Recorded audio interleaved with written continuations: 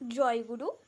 একবার শ্রী শ্রী ঠাকুরের কাছে প্রশ্ন করা হচ্ছে, অষ্টপাশ কাকে বলে?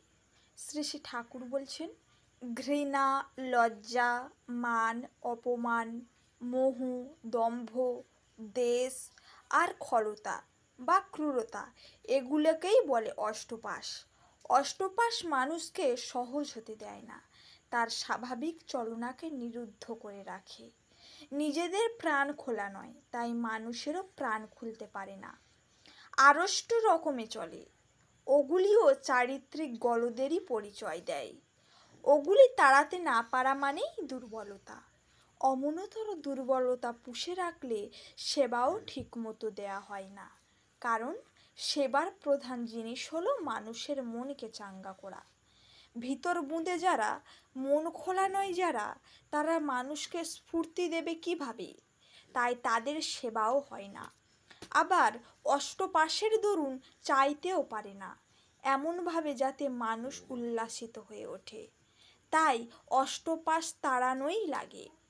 অষ্টপাশ তাড়ানো মানে তো আত্মমর্যাদাহীন হওয়া নয়, আত্মমর্যাদা সম্পন্ন হওয়া মানেই হচ্ছে দুর্বলতাকে প্রশ্রয় না দেয়া।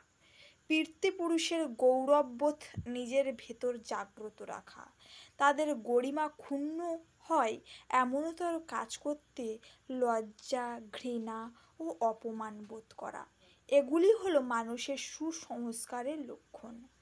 অষ্টপাশ তাড়ানো মানে এগুলি তাড়ানো নয়। তাহলে আপনি দাঁড়াবেন কিসের ওপর?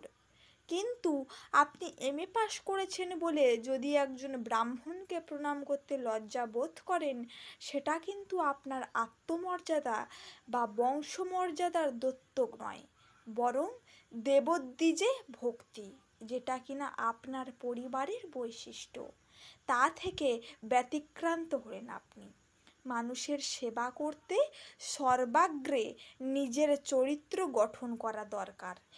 একটা তরতরে ইষ্টপ্রাণ সুনিয়ন্ত্রিত কর্মঠ কৃত্তি জীবনের দৃষ্টান্ত মানুষের সামনে তুলে ধরার চাইতে বড় সেবা হয় না। একেই কয় ধার্মিক চলন।